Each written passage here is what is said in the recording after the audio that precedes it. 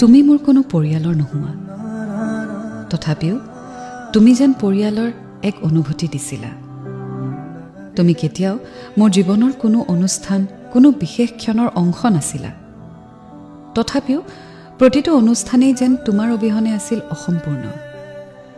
মই কেতিয়াও মোৰ প্ৰথম প্ৰেম, প্ৰথম অনুভৱ আৰু সেই অনুভৱৰ প্ৰথম গল্প তোমাৰ সৈতে ভাগ বতৰা কৰা নাছিলোঁ।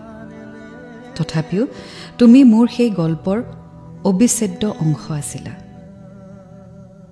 মই কেতিয়াও বিদ্ৰোহী নাছিলোঁ, অথচ তুমি যেতিয়াই কোনো কাৰণত কণ্ঠ উঠালা, অজানিতে মই তোমাৰ কণ্ঠক অনুসৰণ কৰিলোঁ।